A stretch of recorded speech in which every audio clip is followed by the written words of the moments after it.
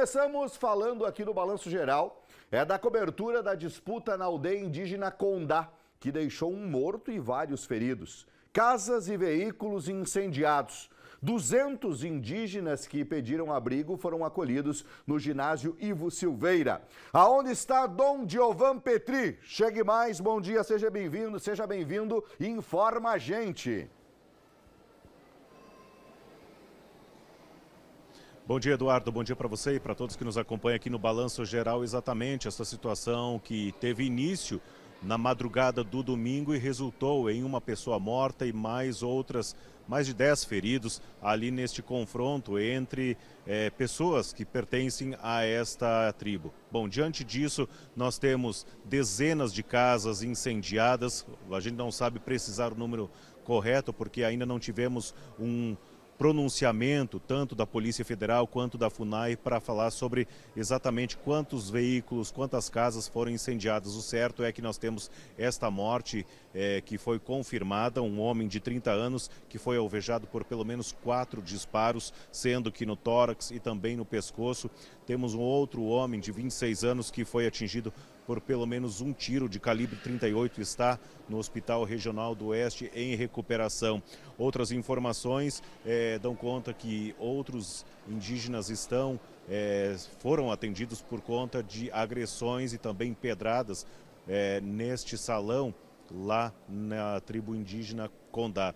E a situação que iniciou, dentre tantos fatos, isso foi o pessoal aqui que está abrigado no Ivo Silveira nos disse que é por conta a eleição que elegeu o novo cacique para a tribo. Bom, nós estamos aqui no Ivo Silveira, como eu disse há pouco, onde neste momento mais de 280 pessoas recebem o almoço. Nós temos também profissionais e pessoas da Cruz Vermelha aqui de Chapecó que prestam este apoio também aqui no ginásio Ivo Silveira. Repito, no início da manhã eram pouco mais de 220 pessoas, esse número se elevou para 280, essa é uma informação também que a gente atualiza neste momento aqui no Balanço Geral, mas pela manhã o repórter Lucas Pollack e também o Jair Correia estiveram lá na aldeia e trazem outras informações. Lucas Pollack, seja bem-vindo ao Balanço Geral, uma boa tarde para você. Uma boa tarde a você, boa tarde a todos que nos acompanham aqui no Balanço Geral. Pois é, então hoje pela manhã nós estivemos lá na aldeia Condá e logo mais aqui no Balanço Geral nós vamos trazer todas as informações deste conflito. Todas as nossas equipes estão acompanhando desde ontem, quando aconteceu, e também hoje pela manhã com as informações atualizadas das casas, carros incendiados, uma vítima fatal, como o Giovan já falou, e também dos feridos e desabrigados e principalmente o motivo deste conflito. Então daqui a pouco nós vamos falar e mostrar, inclusive, com as imagens do Jair Correia, tudo como que está lá, como que está esse cenário desse conflito que aconteceu no dia de ontem lá na aldeia Condá. Eduardo. Valeu, obrigado Lucas Pollack, que é isso aí, ontem deu um trabalho muito grande a Polícia Federal, o pessoal da FUNAI também, apoio da Polícia Militar, da Polícia Civil, Corpo de Bombeiros, socorristas para ver a situação de saúde das pessoas envolvidas, inclusive essas imagens todas captadas pelo helicóptero, pela aeronave aí da Polícia Civil através do SAER. Esta era a movimentação ontem à tarde na aldeia Condá. Ali entre a Água Amarela e o Lajeado Veríssimo aconteceu isso aí. Voltamos a falar sobre o fato do fim de semana. Disputa na aldeia Condá. Um indígena morreu, outros ficaram feridos e a confusão foi grande e mobilizou todo o setor de segurança pública de Chapecó. Lucas Pollack, a informação é contigo, está no ar. É isso mesmo, Eduardo, esse conflito aí então que gerou muitas casas queimadas, veículos também queimados, pessoas desabrigadas e uma vítima fatal. Hoje pela manhã, eu, Jair Correia e o William Ricardo estivemos até a aldeia Condá. Fomos recebidos pelas forças de segurança e também muito bem recebidos pelos indígenas que estavam lá no local.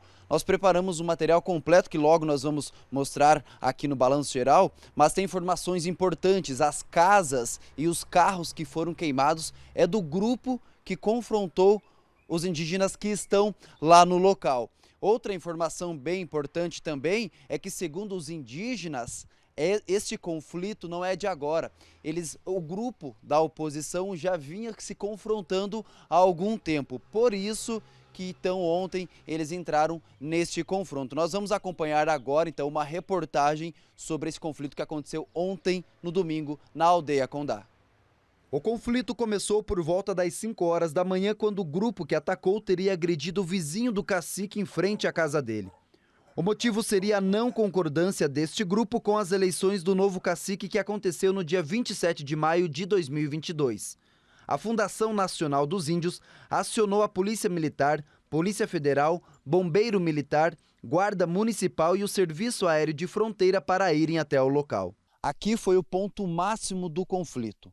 6 veículos e 2 casas foram queimadas.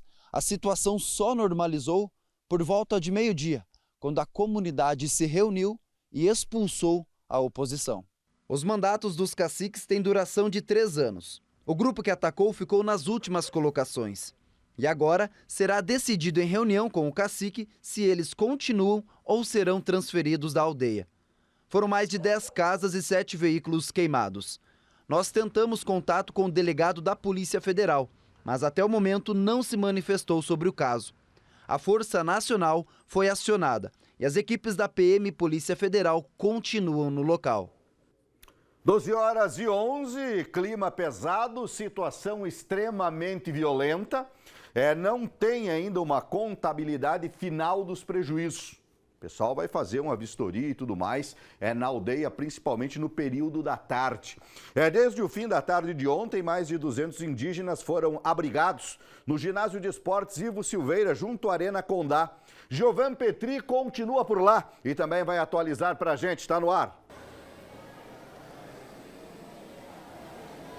Pois é, Eduardo, a situação aqui ela continua, como nós mostramos há pouco, né? As pessoas, os indígenas têm sido atendidos, principalmente pelas secretarias de esporte. Nós temos a Secretaria de Proteção à Família, também a Defesa Civil está no local.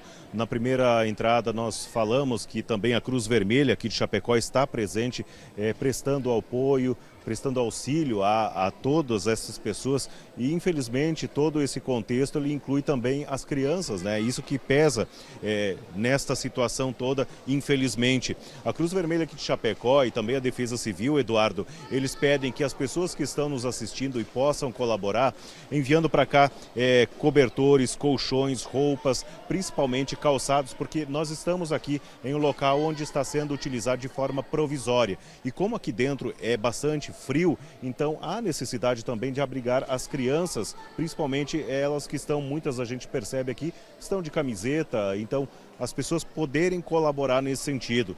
Hoje pela manhã nós estivemos aqui, eu, o repórter cinematográfico Roberto Bortolanza, e a gente conversou tanto com a Defesa Civil, secretária de Proteção à Família e também um dos responsáveis, o relator, o Edson, que faz parte, obviamente, da tribo dos indígenas caigangues, que também morava lá na aldeia Condá, e a gente preparou um material para mostrar para você um pouquinho dessa situação enfrentada aqui no ginásio Ivo Silveira. Vamos assistir.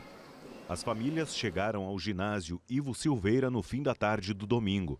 As secretarias da Família e Proteção Social e Esporte disponibilizaram cobertores e colchões aos indígenas que foram expulsos ou tiveram as casas queimadas na aldeia Condá. Cada um se abrigou da forma que pôde para se proteger do frio. Estamos mobilizados, né? O prefeito João Rodrigues mobilizou todos os serviços do município para que a gente possa atender da melhor forma possível, né? Eles permanecerão até o momento que isso tudo se organizar de uma forma mais tranquila, né? E a gente vai tentar atender, né, as necessidades básicas deles, que é alimentação, roupa. De uma forma geral, eles estão organizados, né? As refeições são organizadas para atender a demanda. Cerca de 220 foram fornecidas pela equipe do Bandejão para o almoço desta segunda-feira. Uma reunião vai definir a possibilidade de um novo local para que os indígenas possam ficar até que toda a situação seja solucionada. Estivemos conversando agora com a assistência social, o ginásio de esportes também tem as suas atividades da semana. Estamos pensando num pavilhão comunitário onde que tem um fogão industrial, que tenha banheiro, onde que eles possam se acomodar. Mas esse é um planejamento que faremos agora nas próximas horas, né? Tentando dar o maior conforto, principalmente porque tem muitas crianças e a gente precisa que eles tenham esse amparo nesse momento. De acordo com o último levantamento realizado pela Secretaria da Família e Proteção Social, são 183 adultos e 40 crianças que estão aqui no ginásio Ivo Silveira. O problema é que eles não têm data para sair aqui deste espaço e nem para onde vão a partir de agora. O Edson é relator dos indígenas que foram expulsos da aldeia.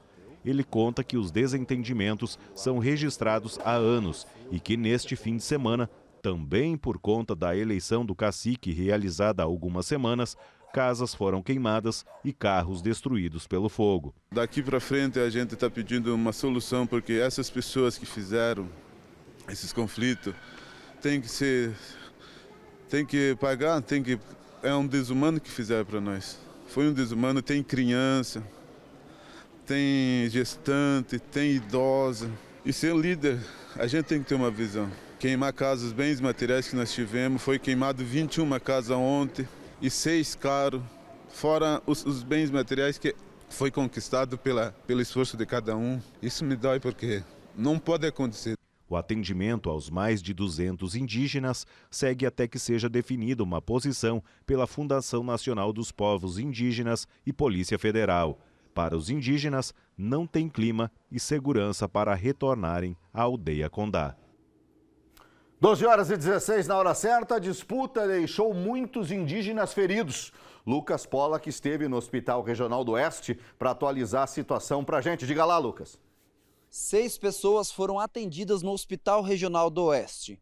Mas como se trata de um conflito armado, o hospital não está autorizado para repassar mais informações sobre os pacientes. E ainda ontem, o Corpo de Bombeiros também prestou atendimento nesta ocorrência. E o capitão conta os detalhes. Com o apoio das forças de segurança que estavam no local, principalmente da aeronave do SAER, nos foi passada a informação de que as casas já estavam totalmente consumidas e também isoladas.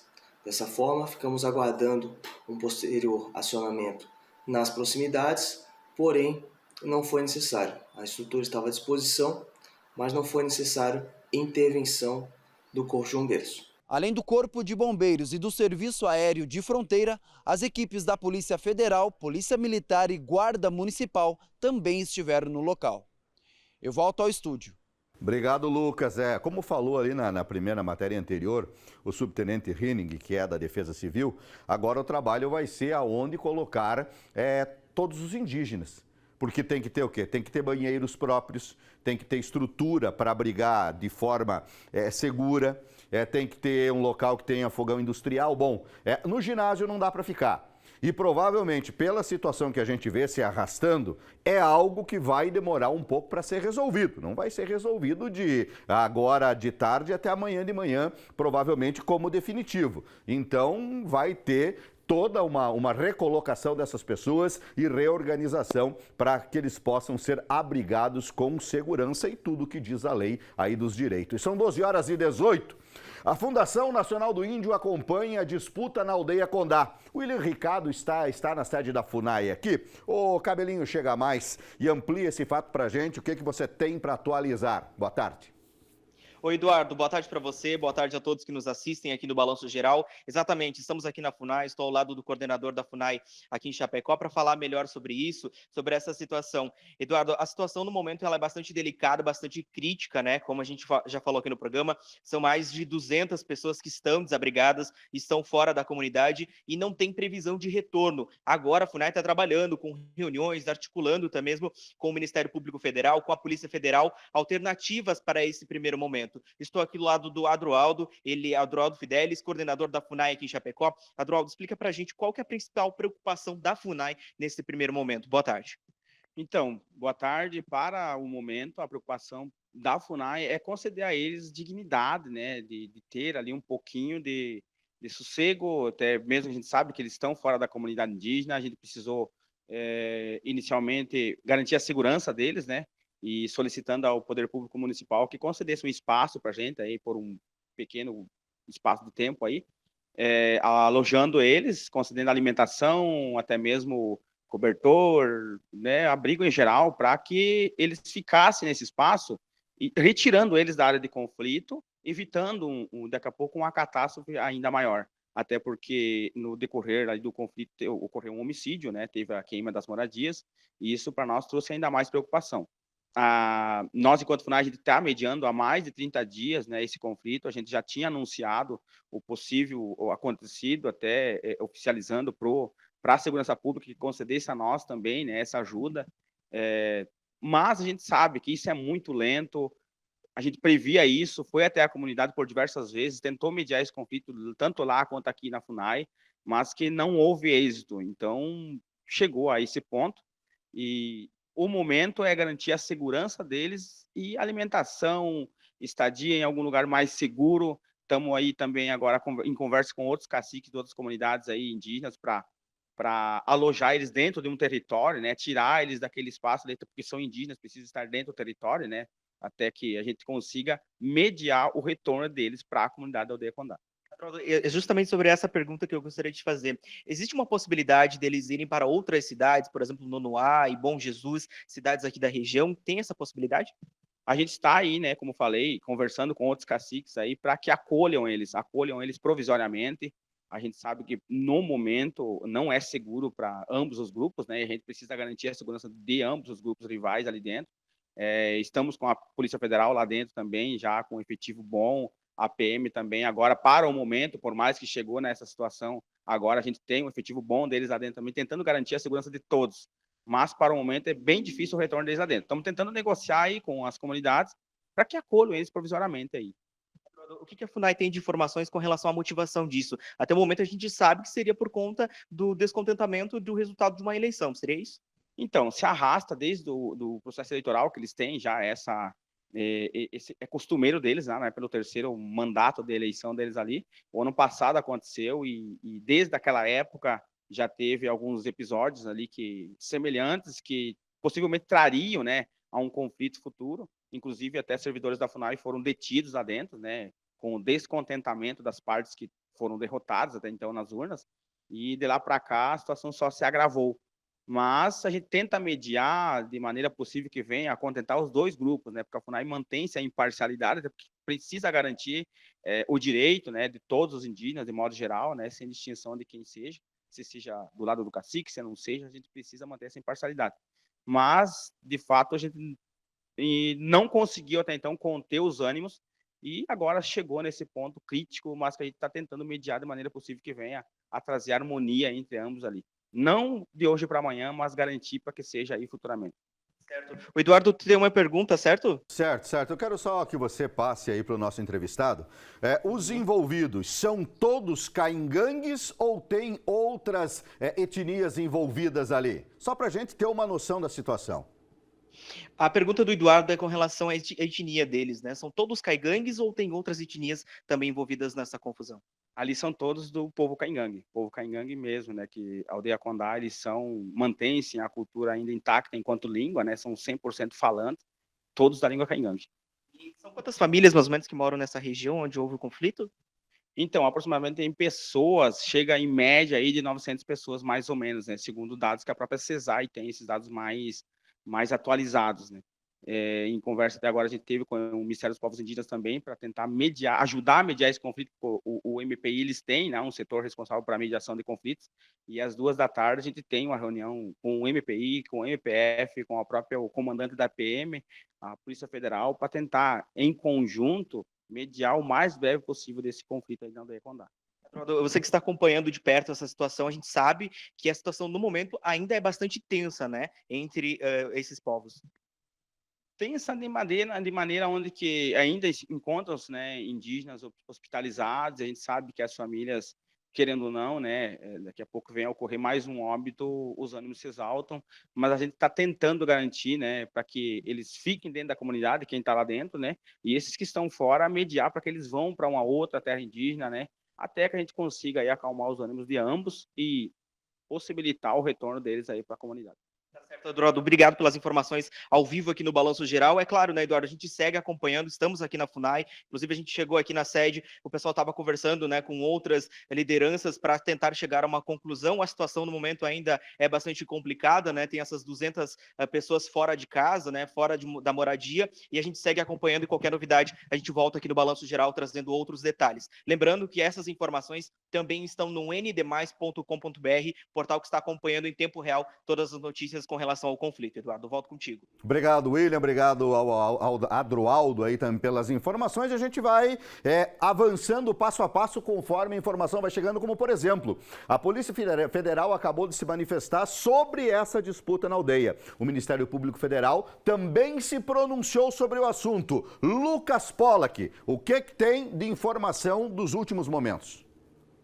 As informações são os seguintes, Prado. O Ministério Público Federal entrou em contato com o secretário nacional de Segurança Pública e ele recomendou que a Força Nacional venha até aqui em Chapecó e fique lá na aldeia. Seria a Força Nacional Púpara, para que ela venha até a aldeia Condá.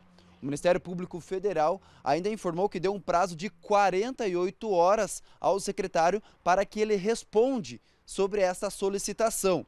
Caso isso aconteça, a Força Nacional deverá vir até a aldeia Condá para ficar lá em uma base provisória e evitar conflitos. Enquanto o secretário não se pronuncia, não deu retorno sobre esta solicitação, o batalhão da Polícia Militar de Chapecó continua lá no local para evitar futuros conflitos. E em nota, a Polícia Federal falou o seguinte: com relação aos fatos violentos recentemente ocorridos na aldeia indígena Condá, eles resultaram no óbito de uma pessoa, além de lesões graves e outros inúmeros danos materiais. Policiais federais se deslocaram ainda na data de ontem, 16 de julho, até a aldeia para impedir o agravamento do conflito. Também foram adotadas providências de polícia judiciária, mediante a instauração de inquérito policial para apuração dos fatos e identificação dos autores. A operação prosseguirá por período indeterminado, com a atuação de policiais federais na região, que atuarão em conjunto com a Polícia Militar de Santa Catarina para assegurar novos eventos violentos que voltem a ocorrer. Por enquanto, então, as informações atualizadas do Ministério Público Federal e da Polícia Federal são essas. Eduardo. Obrigado pelas informações.